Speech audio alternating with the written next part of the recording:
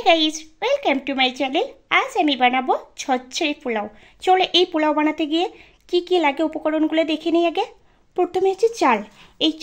এই চালটা হচ্ছে গোবিন্দভোগ চাল। এই চালে পোলাও বানালে খুব সুন্দর হয় এবং ঝরঝরে হয়। এবার এই চালটা পরিমাপ মতো নিতে হবে। যদি 1 গ্লাস চাল নেন তাহলে 2 গ্লাস জল লাগবে বানাতে গিয়ে।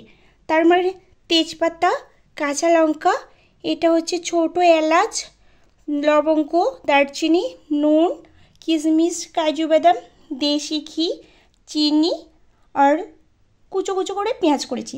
এবার চলুন কিভাবে বানাতে হয় এবার দেখে নিই।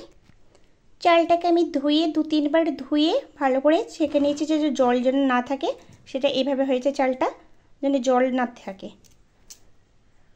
এবার আমি একটা গ্যাস জ্বালিয়ে নিলাম। এবার কড়াই চাপিয়ে দিলাম। এবারে কড়াইটা একটু গরম হোক। কড়াইটা গরম হয়ে এসছে। এবার তেল দিলাম।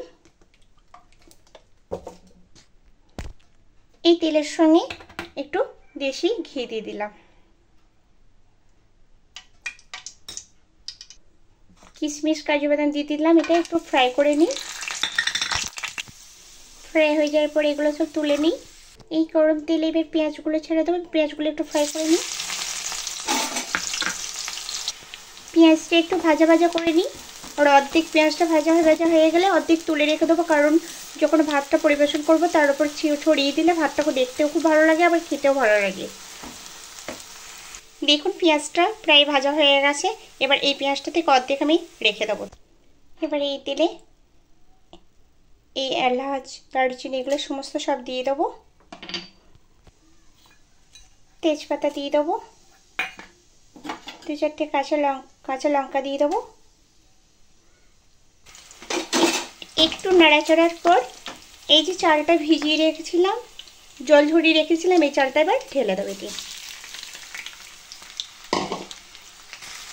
এবার সুন্দর করে চালটা কিন্তু এতে ভেজে নেবো।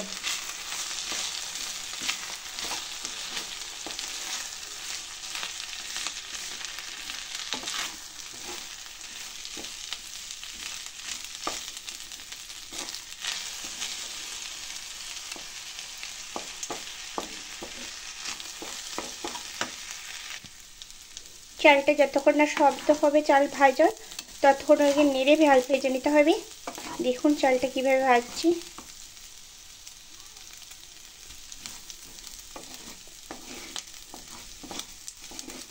প্রায় হয়ে আসছে ভাজা চালটা।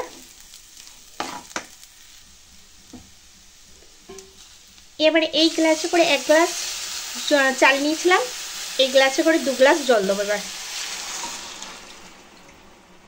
কারণ এটা একটা মাপ থাকতে হবে, না হলে চালটা অতিরিক্ত সিদ্ধ হয়ে যাবে। আপনারা যদি 1 গ্লাস চাল নেন 2 গ্লাস জল অবশ্যই দিতে হবে, না হলে চালটা ভালো করে সিদ্ধ হবে না, ঝরঝরেও হবে না। এবার জল দিয়ে দিয়েছি। এর সঙ্গে এগুলো দিয়ে দেবো যেগুলো ভেজে রেখে দিয়েছিলাম। এবার পরিমাণ মতো নুন দিয়ে দিন।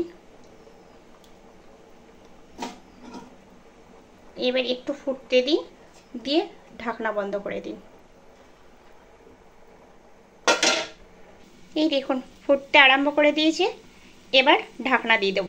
চলুন দেখি ঢাকনাটা খুলে কি পরিস্থিতি আছে। দেখুন প্রায় জল প্রায় শুকিয়ে আসছে। এটা গ্যাসটা লো ফ্লেম করে দিই, কারণ এটা খুব ভাপে হয়ে যাবে ভাতটা। এবার এই পোলাওটা সামান্য একটু চিনি ছেড়ে দিই, কারণ চিনিটা দিলে একটু হালকা মিষ্টি মিষ্টি লাগবে, ভালো লাগবে খেতে, তাই জন্য চিনিটা দিলে অপশন, আপনারা দিতেও পারেন না দিতেও পারেন। তারপরে একটু দেশি ঘি ফের আবার একটু ছড়িয়ে দিলাম। এবার ফের ঢাকনা দিয়ে দেবো, স্টিমার হোক একটু। এবার দেখে নেওয়া যাক পোলাওটা রেডি হয়েছে নাকি। দেখুন পোলাওটা এই ঝরঝরে হয়েছে, একদম পারফেক্ট হয়েছে।